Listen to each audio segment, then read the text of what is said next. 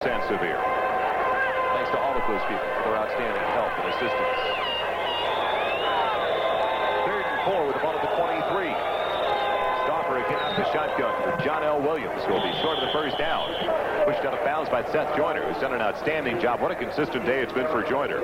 Knocking him out there at the 25. You know, this defensive line, all they're doing is, and they just love every moment of what they're doing. All they're doing is teeing off. They know they don't have any run responsibility this time. I think that's safe to say, even though John L. ran a play in the last series of downs. But all they're doing now is just teeing off and taking the guys right back to the quarterback. And the only thing that Stauffer and Craig had to do, the only thing they could do, is throw the little dump passes in the short plays. 82 yards now to hold on to the ball. 4th and 2 at their own 25-yard line. Stauffer throwing an interception. Picked off by Eric Everett. On his way in. Touchdown, Eagles.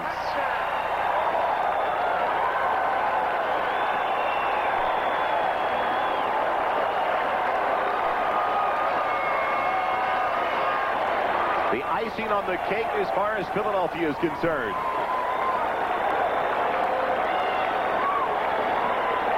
Again, Joel, you just feel so sorry for both quarterbacks today, Craig and Stauffer. Everett played the play extremely well. You credit interceptions like that basically to the defensive line because of the pressure that they put on. And there's just no time to throw the ball to find the open receivers. Zendejas in for the extra point try out of the hold of John Telchik. The last time the Eagles got an interception return for a touchdown, it was Wes Hopkins with a 24-yarder against the Buffalo Bills back in October of '85. All right, now just take a look at the time that Stauffer has here. He's lining up, and all he can see is white shirts in his face, and he was trying to throw the ball to the outside to Scansey, and Everett just played it perfectly. The ball was thrown to the inside where it shouldn't have been thrown. Maybe outside it might have been a completion or at least a drop. And they're still celebrating this. You know, when you're winning by this score, you don't get tired, you know. As a matter of fact, you feel like Ernie Banks. Let's play two. No. I don't know, though, in the humidity and the weather conditions we've experienced today in Philadelphia, if you've just joined us, the game started 93 degrees was the temperature at kickoff. The humidity above 50%, and it was stifling. It was extremely muggy and difficult at the start. Mike Shadd left the game early in the first half and never returned. He had cramped up and he had to leave the field due to heat exhaustion. The Eagles get ready to give it back to the Seahawks. Dave Craig finished for the afternoon alongside his favorite target, Steve Largent, who left the game and out now, and it's undetermined how long he's going to be out. Largent out with a cracked bone in his elbow. Craig, 15 of 34 for 210 yards, suffered 2 interceptions, hitting Largent for his only touchdown pass of 23 yards. And that's a long trip back to Seattle, don't you know? Especially when you lose your best wide receiver and you don't know how long he's going to be out for. Zendejas kicking it off. Lewis Clark take it back at the 2. He fumbles the ball, but it goes out of bounds. A flag down to the play as well, as it was fumbled out at the 35-yard line. Andre Waters stripped the ball out of the hands of Brock, or Lewis Clark. It'll be a hold against Seattle. I mean, how many yards have they been penalized, Seattle?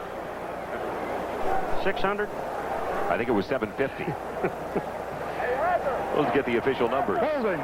52 receiving team during the return. 10-yard penalty from the dead ball spot. 1st and 10. This telecast is presented by authority of the National Football League and is intended for the private use of our audience. Any rebroadcast or other use of this telecast without the express written consent of the Philadelphia Eagles and the National Football League is prohibited. Seattle gets it back, 1st and 10, their own 22-yard line. 2 minutes and 24 seconds remaining. Joel, 10 Kelly penalties. Stauffer. 10 penalties for 85 yards, and that's not counting the ones that were not taken. Stauffer was throwing that one to the ball boy. Stops the clock with 2:20 left. You know, it really is a tough situation. The young man has got to learn, Stauffer. But the problem is that you put him into the game at the end of a ball game when the defensive line, all they're doing is teeing off and coming after him, and he really doesn't have the time to throw the football. Stauffer did a good job last year when he came in. Keith Jackson, who you're looking at right now, took two of the toughest hits we saw all day. One from Eugene Robinson over the middle, and then right around his knees, he was hit by Melvin Jenkins, and I didn't think he'd return, but he bounced right back. He's just having a good time. 2nd and 10 at the 22.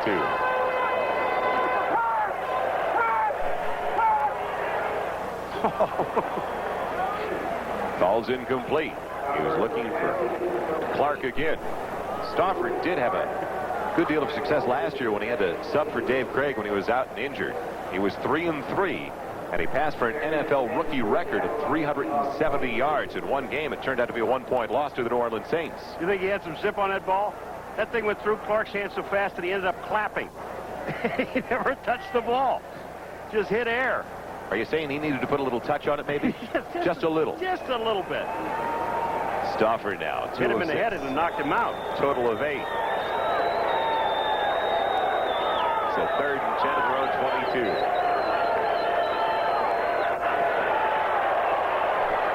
Flag on the play again as Stauffer runs, dives ahead for the first down across the 32 to the 33. But from where the flag was thrown, you'd have to feel that it's going to be another holding call.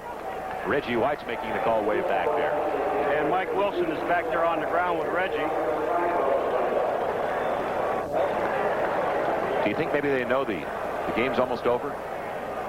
Well, they're trying to protect the quarterback as much as they possibly can. You're in a no-win situation. The offensive linemen, they've been out there for an awful long time, and they know the defense just teeing off, and they're trying to save their quarterback.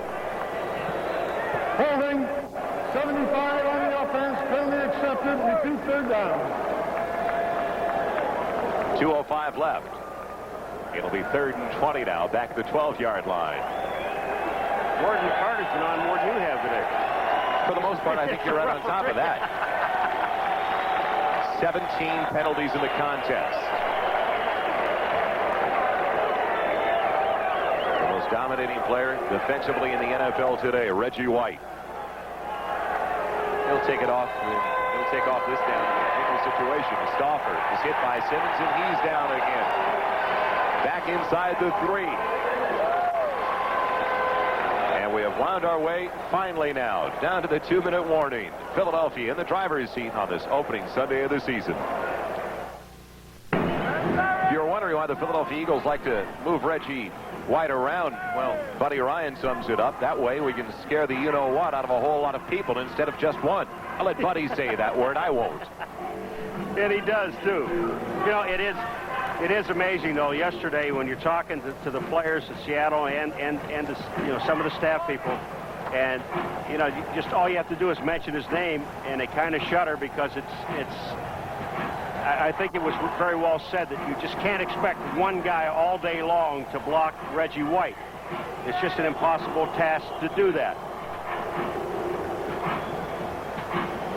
And what you really have to like about this Philadelphia Eagle team, they are so loose. They like each other so much, and their coaches and coaching staff. And unfortunately, we have a couple of fans making their way onto the field. But back to the original thought, Paul, they were a loose group at their walkthrough yesterday afternoon at the Philadelphia Eagles practice, and you could just tell that they're working for a coach that they really feel is a player's coach. Yeah, he just lets them play, and I think the situation should be made. There's Reggie now, but I think the point should be made, what Buddy said.